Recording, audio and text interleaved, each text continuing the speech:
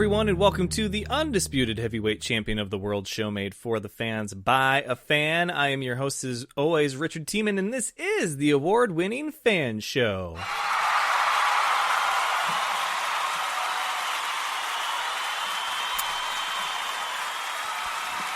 Thank you.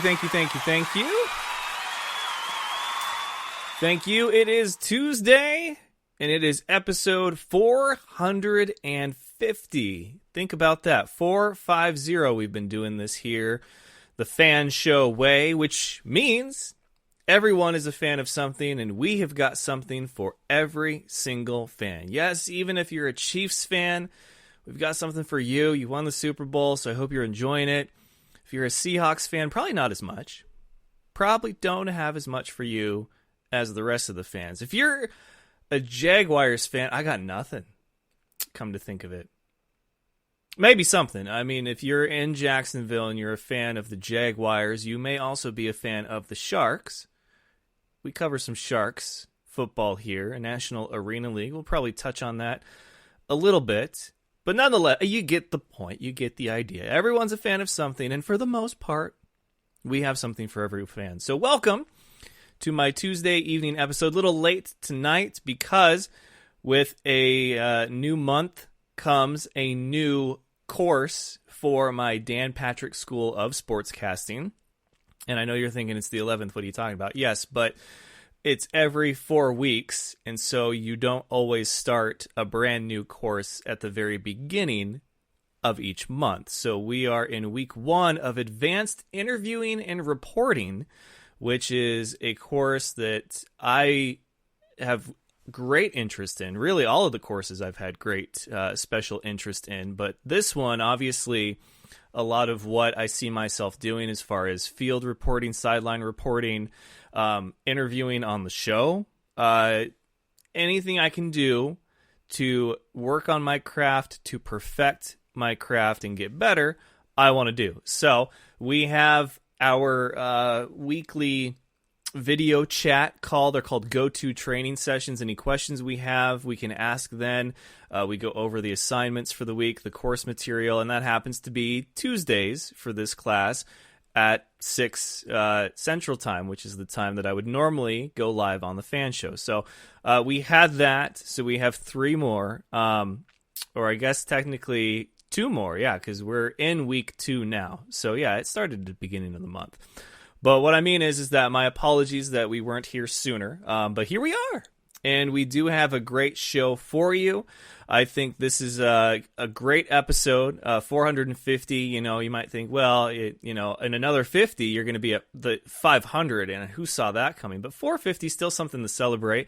So we have a member of the Quad City Steamwheelers, Keyvan Stud Rudd, is the interview special guest on tonight's episode. You will want to stick around for that. We've got headlines, as you can see on the scroll below. XFL Week 1 in the books officially. We're going to talk a little bit about the XFL. We're going to talk a little bit NFL free agency. Of course, the countdown to the IFL regular season is still underway. Full swing, getting closer and closer and closer. And then, of course, if you're a robotics fan, BattleBots tickets for their tapings go on sale this Friday now. What am I doing? I'm going through the headlines before I've even done headlines. So here we go. Let's go ahead and do our thing here and get into today's headlines.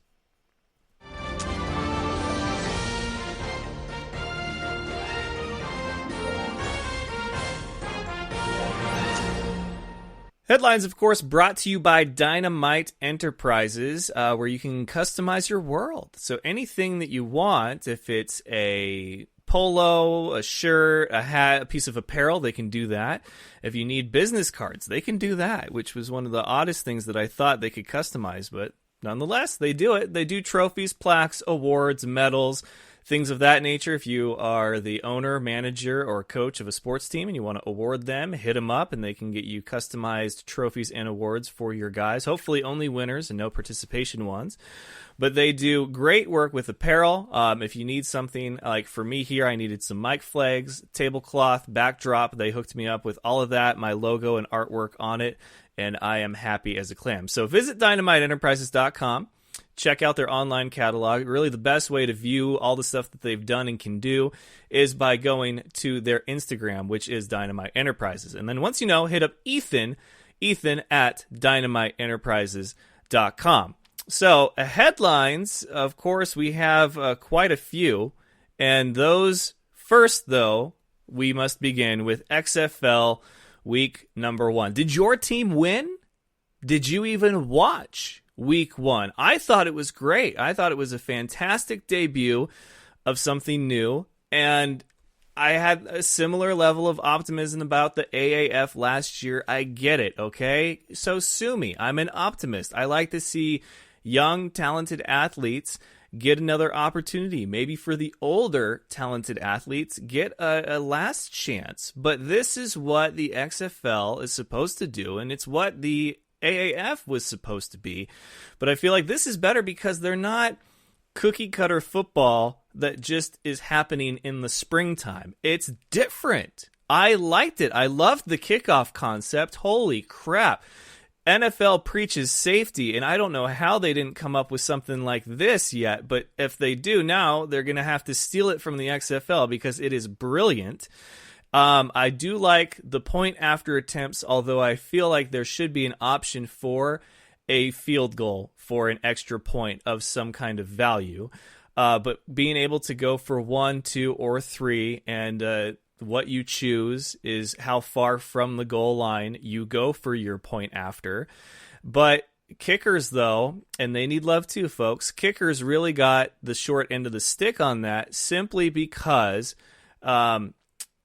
there is not a point after field goal. In fact, the only time that they kick a field goal is for a field goal attempt. So they're not getting those touchdown PAT reps in. They're on the sidelines warming up for a try that may never happen. Ernesto Lacayo, the Seattle Dragons, he kicked one field goal, and he was victim of a running into the kicker call, so it got pulled off the scoreboard. So he kicked technically once, but officially he did not.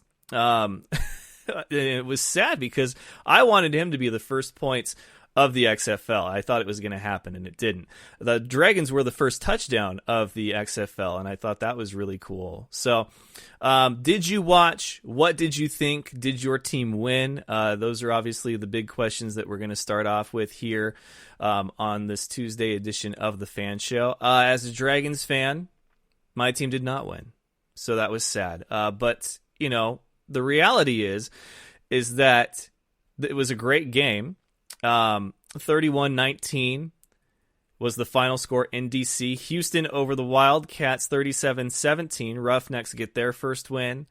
Then the Guardians over the Vipers 23-3, and the Battlehawks over the Renegades 15-9. So the Battlehawks, only team to win on the road over the weekend, and also the Roughnecks were the only team from the West Division that won. So that was it was a pretty bad day for the West all around. But the East, which team do you like from the East, from the West? Do you have like a favorite team and then a second favorite team?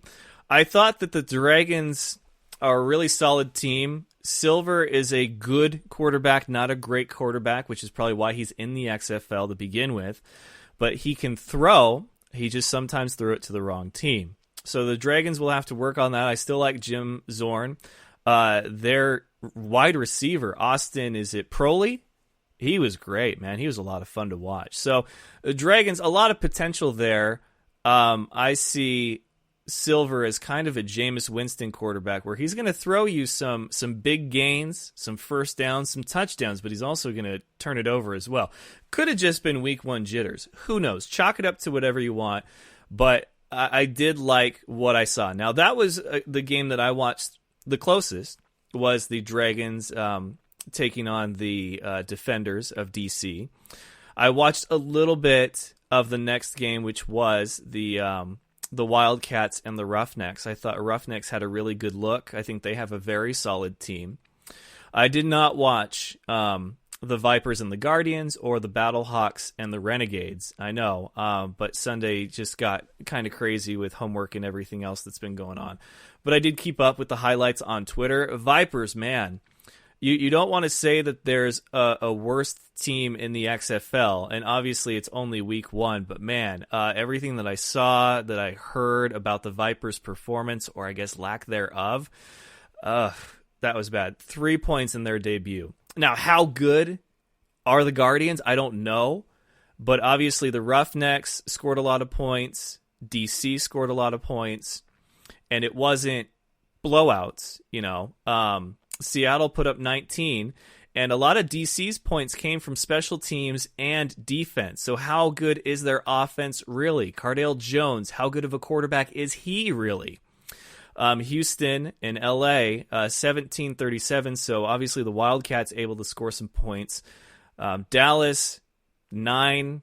And then, of course, Tampa Bay, 3. I don't know. How good are those teams? Obviously, we'll get a much better look in week 2 now that everybody's gotten some experience under their belt.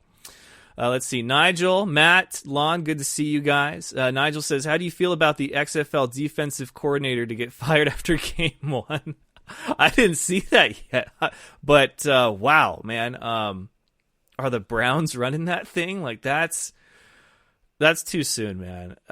I get that expectations are high. I really do. I really understand that the expectations are where they are, but you can't be making coaching decisions like that. Nigel, who was that? Let me know who that was, because I find that very interesting. I think it's got to be, I'm assuming Tampa Bay. I don't think Seattle's going to fire their defensive coordinator right away, because it was 31 points, but it wasn't crazy. I think it's got to be, I don't know. Ernesto has joined us. Ernesto, I was just talking about you. I was hoping that you were going to get a bit more opportunity to kick. I felt really bad that the one kick that you had technically didn't count. But hey, man, there's always this next week. You guys are at home. Good news for the Dragons. They had to send out an email that I got from them, actually, that said that they had to open up more seating for ticket sales because they were pretty much full. Yes, Seattle Dragons open additional seating sections for season ticket sales due to the demand following the team's season opener, which they lost. Mind you, which they lost. The Dragons open additional seating sections at CenturyLink Field for purchase in advance of their home opener. Now, that is a great, great feeling. You lose week 1. Granted, it was on the road, and it was some mistakes that you hope get cleaned up by your quarterback and your offense in week 2. But your fans are buying more tickets after the fact, knowing that they could have every excuse in the world to be like, no, it's a trash product, I don't want any of it. But they're actually buying more tickets after. So when I interviewed Andrew Luck over for their summer showcase in Seattle, and he said, Seattle's a great sports town, that's why we're here, because the AAF was not in Seattle, XFL is, I tend to agree with him. Now, look, I'm still not a Seahawks fan by any means. I'm not going to jump that bandwagon, but I can acknowledge that is a great sports town, and the locals there really are passionate about their sports teams. I mean, they've been through a lot. The Mariners never been to a World Series. Seattle, though, is probably their one light at the end of the sports tunnel because they've actually been to Super Bowls and won a Super Bowl. But the Sonics, prior to the Seahawks winning, Sonics were the only team in town with a championship, and then they went and got rid of them, and they went to Oklahoma City to become the Thunder. The soccer team does well, but America's not really a big soccer country. The Pacific Northwest might be a bit more of a soccer vibe than the rest of the country, but that's a stretch. Now they're finally going to get a hockey team, and they have an XFL team that's 0-1 after week 1, and they're buying more tickets in lieu of their home opener for week 2. So it's just, I feel for them. I know the vibe, I know the culture, I know the people over there, and I understand. So good for them. Good on them. Ernesto says, thanks, brother. Hey, thank you, man. I appreciate you. You're a good guy. Matt says, LA defensive coordinator got canned. That makes a lot of sense. If you allow 37 points, I don't think that should be grounds to get you fired after 1 week. especially when they scored 17. But I again, that was one of the games that I didn't watch very closely. I don't think that's bad PR right there. That really is. Adam says DC's two big defensive scoring plays were a blocked punt for a touchdown and a pick six. Besides those two big plays, Seattle was in the game. Exactly. Like I said, I think Seattle's really on to something. Their quarterback needs to throw to his receivers and not the defenders because, look, I am definitely banging that drum and leading the charge of can we get real quarterback QBR and stats where if a receiver gets the ball and then coughs it up, literally handing it to a defender, that shouldn't count as an interception. It should count as a takeaway, which it needs to be in a completely different category. These were legit interceptions. Like, he threw to the wrong guy. And I know that his receiver slipped on one, but still, they were legit interceptions. So, thoughts on week 1 of the XFL? Share them. Obviously, Adam thinks that Tampa Bay is garbage. That's a very harsh reaction to week 1, but 3 points. They're supposed to have a killer offense too, Tampa Bay. They got Nick Truesdale from the Shock. He didn't have a great day. He had a good day, not a great day. But I think Seattle's offense is going to be really good. They need to work on their defense, obviously. DC's defense is really good, and we'll see about their offense. Houston looks like the team to beat right now, and I think St. Louis is probably up there as well. Now, there's only 8 teams, and I've pointed out, too, that I think are going to be the 2 to beat. But between Dallas and Tampa Bay, man, there's clearly a lot of work to do. But we kind of saw something similar to this with the AAF, right? We saw a bunch of teams jump out to hot starts, and then those teams ended up, on a losing skid. Of course, the Apollos, the Iron, they kind of stayed up there towards the top, and then the Fleet were kind of that flux team as well as the Hot Shots. But the Commanders, they won their first game, but then they lost a few after that. So week 1 is tough to gauge. Week 1, very, very tough to gauge. XFL kickoff, we are officially under the month mark. So come March, that's right, not February, but March 7th at 7:05 Central Time, which is 8:05 Eastern and 4:05 or 5:05 Pacific, we will have the Quad City Steamwheelers taking on the Cedar Rapids River Kings to get 2020 officially underway for IFL football. I talked to Keyvan Rudd in our interview about his excitement level for that, what the team needs to do to get over the hump that they kept running into last year, which was that they very much controlled their own destiny, but when to get in a couple of times, and then finally the last game of the season, which was exciting, but the Sugar Skulls got the best of them. So we talk about that again, looking very forward to this next season. And then Tom Brady and Phillip Rivers are entering free agency for the first time in their careers. I say again, Phillip Rivers, who has spent 16 seasons with the Chargers, will most likely play for another team in 2020. Tom Brady, who people thought never would leave New England, now might. He's entering free agency for the first time in his career, but he stands a much better chance of coming back to the Patriots than Rivers does with the Chargers because, according to sources from everywhere, they have officially mutually parted ways, which I thought it was interesting that I saw that tweet that said breaking news. They've agreed. It should have just been official because we all kind of knew that was coming. So that's going to be interesting to see how that plays out. Where does Phillip Rivers land? Some people say Indianapolis. Some people say Tampa Bay. Some people say New York or New England, Tennessee. There's a lot of good suitors for Rivers, but the guy is going to give you 1 to 2 Hall of Fame worthy seasons.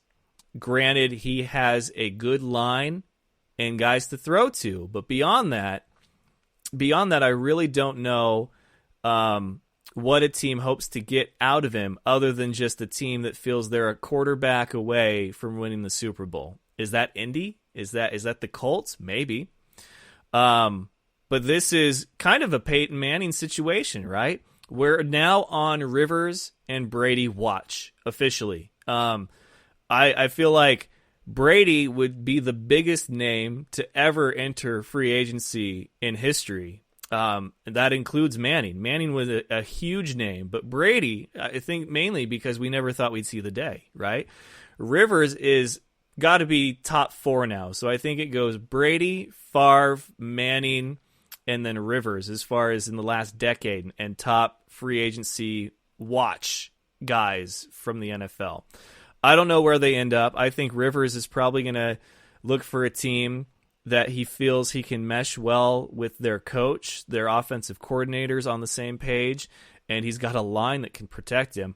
I don't see him ending up in a Tennessee because if they get Henry back, then he's not throwing, and Rivers is a thrower. So we'll see what happens there. Matt said, people keep saying Brady to Dallas. I say, get out of here with that nonsense. Look, it's not, that's a classic Jerry move, but you're invested in Dak Prescott.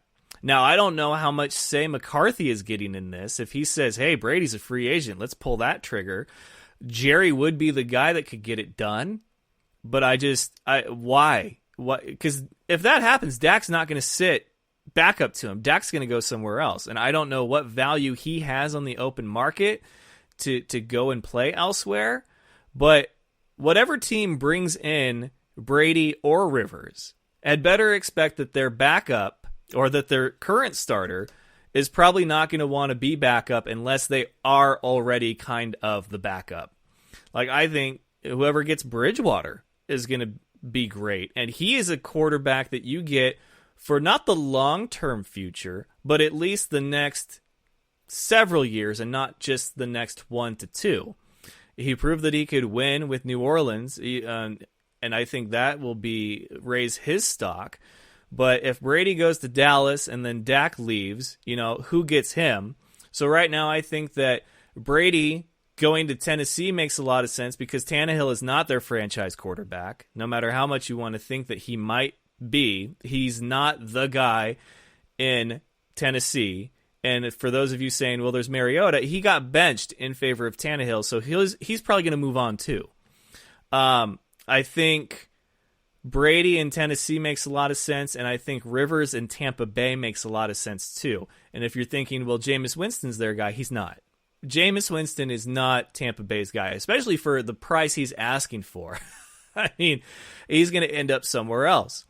The irony that would be Rivers ending up in New York for the Giants, I think would be crazy, or going to New England. But Bill is a guy who's going to find his new young quarterback if he stays. So I don't think New England will be a landing spot for Rivers. So there, I think Brady to Tennessee and the Titans, Rivers to Tampa Bay for the Bucs. Sounds like a good match because Rivers would have Bruce Arians down there. Nigel says, Steelers, we need Brady or Teddy. You guys need anybody that can stand upright and throw the football. That's what you need, Nigel, because Big Ben, I feel like his best days are behind him. Adam says, Jameis Winston will be out of the league in 3 years. I say less. Well, maybe not out. He's going to be somebody's backup, though. He will probably be a backup, if not this season, the next one. And I think how he ends up a backup, he gets beat out for the job. I think it's a Mariota situation. And, the irony there. The number 1 and the number 2 pick get benched in favor of... How funny would it be if Ryan Tannehill ended up in Tampa Bay and they benched Jameis for Tannehill there too? Oh, okay. That was good. That was funny. Wow. Now I kind of want that to happen. Nigel says he agrees on my Steelers comment. Wow, that would be really funny if Tampa Bay managed to get Tannehill. Oh, anyway. Also, for those of you that voted for the Fan Show for the best local podcast for Spokane's annual Best Of, again, this is for 2019. Obviously, I'm not there anymore, but I've been pushing them to add that to the ballot for years. They finally do. Thank you. Voting ended today. We'll find out, I think, March 18th who the winners were. I don't expect to win. I just wanted to give whoever wins a run for their money. And there is one podcast out there that I really don't want to win, but that's for personal reasons. And just because I'm bitter like that. But anyway, also the Super Bowl of all things rock and roll has officially started. So head over to the Twitter account at FanShowOfficial. The first part of the first round's matchups for the rock category have officially concluded. We will be posting the matchups for round one of the classic rock category later on, right after the show. So make sure that you've checked that out. Queen is your reigning defending 3-time champion, going for a three-peat. Of course, the Foo Fighters have won 3. Blink-182 have won twice, and Rush has won 1 time. So those are your 9 champions. Super Bowl of all things rock and roll 10 officially underway. Check out the Fan Show Twitter page for the matchups and to participate in the voting. So I think that about covers everything here in regards to headlines. I don't want to keep you from my great interview with Keyvan Stud Rudd, but once again, I thought the XFL was a great debut. If you're a Vipers fan, I'm sorry. I think, obviously, it can only get better from here. So we'll see how that goes. But the Dragons, they will play at home this week. We'll have a full breakdown and preview for you Thursday. As we do for the Thursday episode, we give you a little preview of what's to come. So I want to thank you guys for enjoying the first part of headlines. And don't forget, while the interview happens, you guys are more than welcome to share your opinions in the comments section here on the Facebook Live. For those of you listening in podcast form, if you're on Facebook, join us every Tuesday and Thursday live for some fan interaction. That's facebook.com/fanshowofficial. And of course, if you're listening to this on demand via Spotify, Spreaker, SoundCloud, iHeartRadio, or iTunes, then make sure that you tweet at us at FanShowOfficial. Leave us a comment, maybe on Facebook. I know Spreaker has a comment section as well. And follow us on Instagram, which is The Fan Show, and you can leave comments, you can send us messages, things like that. So here is, without further ado or any more delay, my interview with the one and only Keyvan Stud Rudd. Enjoy. All right, ladies and gentlemen, a big welcome back to The Fan Show for the man who was the first ever #1 play of the Fan Show Top 10 Plays of the Week, and he is the proud owner of the only touchdown ball that I have here proudly displayed in the Fan Cave studio. Give it up for the wide receiver from Quad City, Keyvan Stud Rudd. How you doing, man? Hey, I'm doing good, Mr. Fan Show. Thanks for having me tonight. Absolutely. It's that most wonderful time of the year. We're counting down until kickoff, and for you guys, that comes sooner than everybody else. You kick off the season as a whole March 7th, Quad City at Cedar Rapids. I mean, how does it feel to be the guys that are going to get this whole thing rolling in 2020? It's a good feeling that, whatever Doug and whoever makes the schedule knows what they're doing by letting us be kicked it off to, start the season, because we're one of the greatest shows in the IFL. So it's going to be very exciting. I'm excited that we're going to be kicking it off for a second year in a row, and we're just counting down the days. Yeah, man. I think we're just about at the 30-day mark for you guys, and that is just so crazy. Actually, I think when this hits the airwaves, it's going to be, 28 days. And wow, where did the time go? And so here we've got the 2020 season. We've got 13 teams, and you guys are pretty much going to set the bar. I know, in my opinion anyway, you might feel differently. I feel like you guys have some unfinished business with the way that the season ended for you last year. What's been kind of the motto, the mindset, the mentality going into 2020 for you guys? We got to get better in all aspects that help teams win games.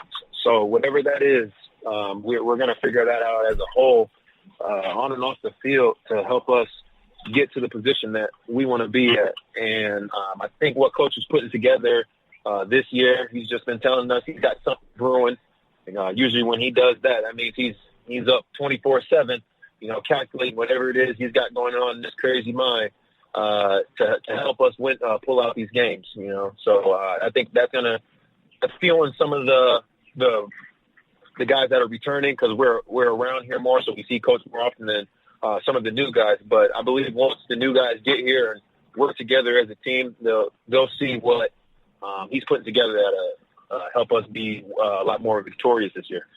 Yeah, you guys were kind of one of the big teams that we were waiting to see where the dominoes were going to fall, because Green Bay, who was a hot team last year, it was a lot to do with their defense. I mean, Lenoris Footman did great, and so did their wide receivers and their offense, but their defense was really good. Their secondary was really good. You guys had to play them a couple of times, and they got all those guys in the secondary back. They got Footman back. For you guys, though, your offense was a hard one to stop, and so the key pieces, you, Quentin Pedroza, E.J. Hilliard. I mean, those were the names that had to be announced in order for Steamwheeler fans to get really excited about this upcoming season. And now the question mark seems to be your defense. Can you stop the other team from scoring while your offense is out there doing its thing? I mean, what was your takeaway from last year that you feel was stopping you guys from getting over the hump into the playoffs? Mental mistakes. That killed us, even though there were times where we were in a lot of shootout games. Our offense was going to score and our defense would, go out all the way down to within the 5-yard line, and they'd make a stand, but then, the team will eventually score, and then we'd come back and score. And then we'd be in the position to either lock the game down and secure the win or create a huge shift in momentum to help us come out victorious. And there were mental mistakes. So 15-yard penalties, blown assignment, missed block, a drop, fumble, just anything along the lines of a mental mistake, you could have almost guaranteed to sign us up for one of those at the wrong time. So I think another thing with us going into this season is to be mentally sharper than our opponent. And I believe if we can accomplish that, we're going to have a great season. Because if we would have been in those positions last year and we wouldn't have had those mental mistakes, the outcome would have been completely different. And I think anybody, even our opponents, could tell them that. So that speaks volumes.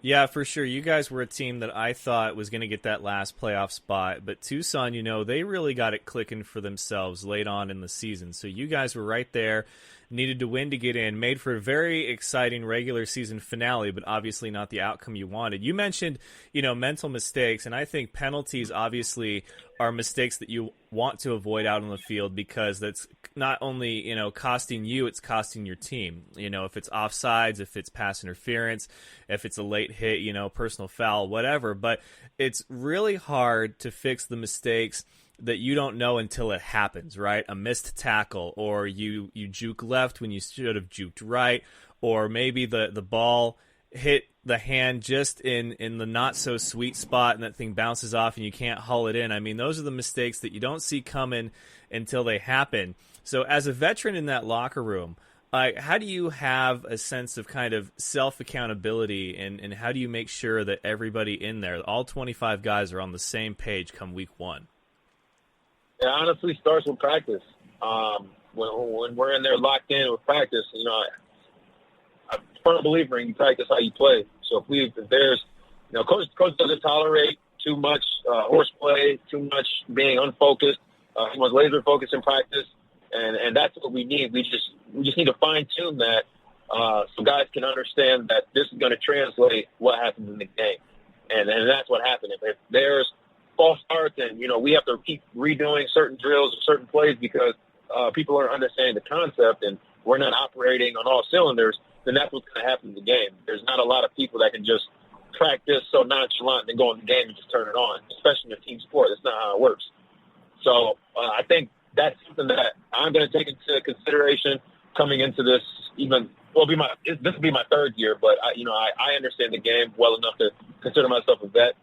But I think that's where the leadership starts at, is to make sure that we're fine-tuning everything in practice before we go out on the field and put on a show.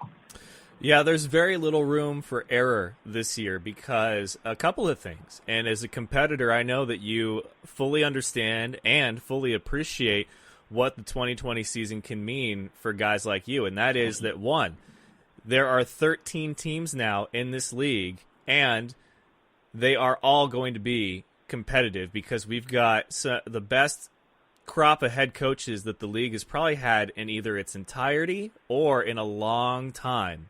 and we've got some talent that came along with those head coaches from other leagues. Speaking of other leagues, there is no longer an AFL. This is it for Premier Indoor Football. This is the best of the best in the indoor game, and you're a part of that. And we've seen now a couple of guys get the call to go to the XFL and the CFL. So when teams are looking to make roster moves, transactions, fill a spot, this is where they are going to look week in and week out. So as a competitor, how does that make you feel going into a brand new season? It almost gets better and better every year. I mentioned this on one of my interviews last year before we headed into the season that this was the first. No, this wasn't the first year. They were live streaming games for free on YouTube. This was our first year in the IFL, so that's when I became aware of it, and I believe that was a huge step into getting all eyes on the IFL. Now that there's no longer an AFL, it gets even better than just streaming our games for free on YouTube.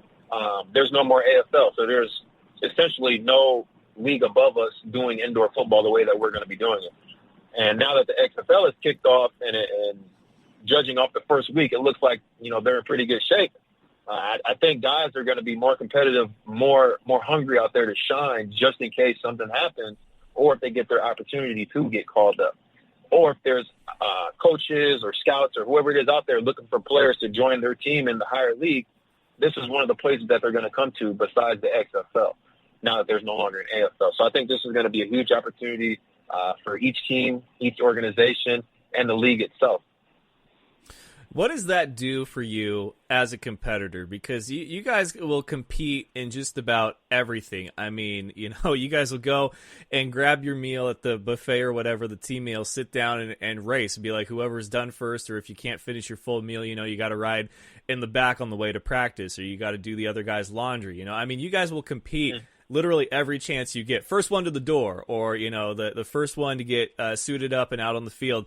And so now you've got this league with 13 teams and a lot of competition, but you've got even more eyes on you as far as where other leagues can get their talent from. Like, does that just crank it up to 11 for someone like you?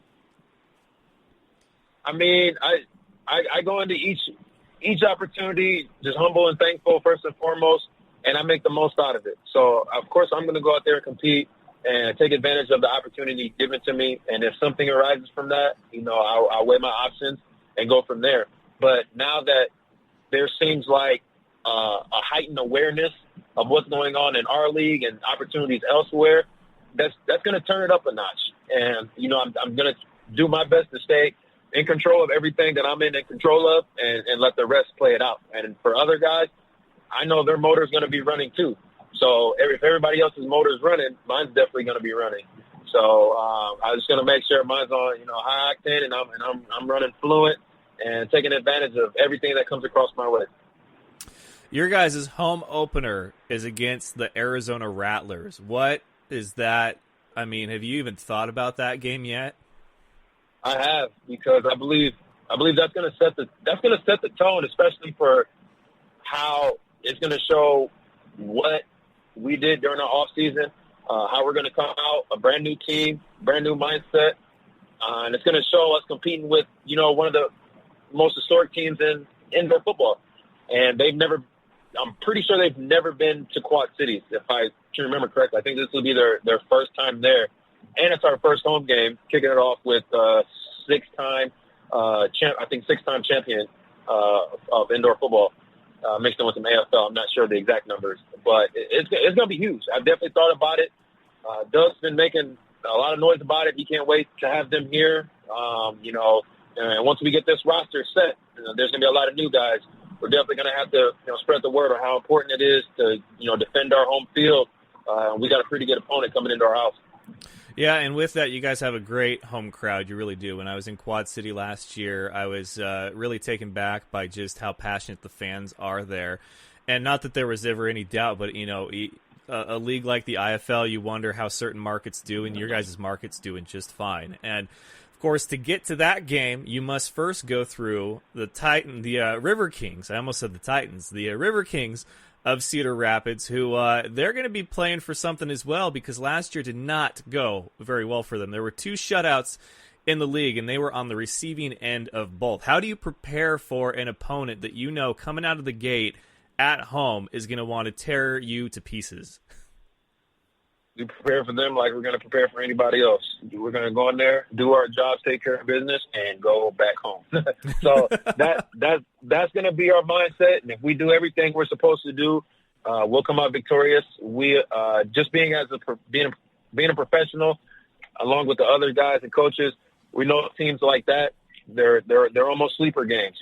If you go in there, we're going to blow them out the water. They're not going to be ready. We know their record. We know their history.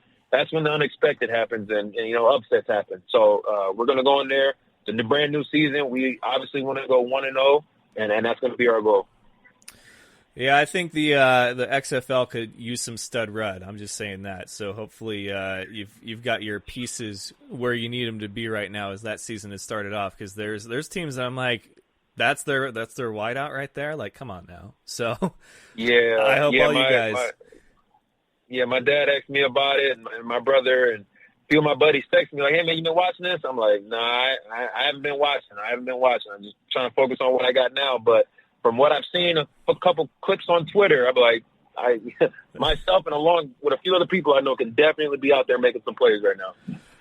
How many times are you going to end up on the top 10 this season? Oh, I'm trying to make it every week.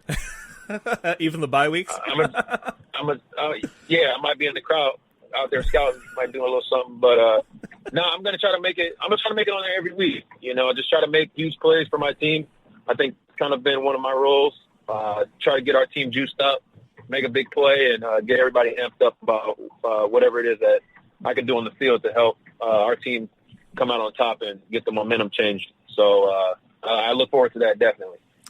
All right, man. Well, hey, I want to thank you so much for taking the time to catch up with me a little bit here. I look forward to seeing you guys this season. It's going to be a very exciting season. And one more time from the Fan Cave studio, he is Keyvan Stud Rudd, wide receiver for the Quad City Steamwheelers. I appreciate you, man. Yep. Yes, sir. Thank you. Hear from you soon. All right. You take care. All right. And one more big thank you to Keyvan Stud Rudd for joining me here on the Fan Show. Great to catch up with these players and coaches. We have a very special guest making their debut on the Fan Show Thursday. You will not want to miss that one. So remember, Thursday, it is preview day for the week to come, and we don't have IFL football right now, so we can take a closer look at week 2 of the XFL. And once again, please share your thoughts, comments, questions, answers if you got them on social media. Find me at Fan Show Official. You can find me on Instagram, The Fan Show, and of course, give us a like, give us some love, give us a share, and most importantly, a listen. And that is iTunes, Spotify, SoundCloud, and iHeartRadio. We broadcast with Spreaker.com. And our home base is facebook.com/fanshowofficial. I want to thank all of you also for the endless pictures of brooms last night and today. It's really broke up the monotony and the mundane out there. Not a single person's bitching and complaining about the Super Bowl halftime show anymore.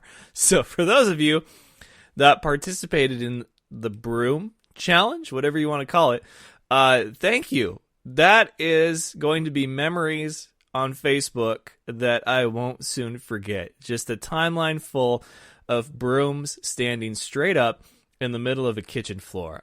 So thank you very much for those. I appreciate it. Remember, it's not official unless it's Fan Show official, and we are officially out of here, Fan Nation. So again, sorry for the delay. Sorry we got started a little late.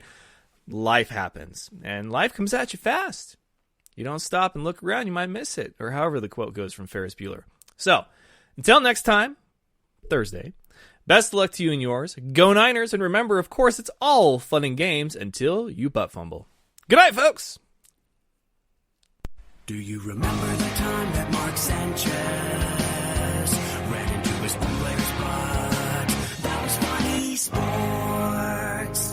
Thank you for having me on the show, man. I love the Fan Show.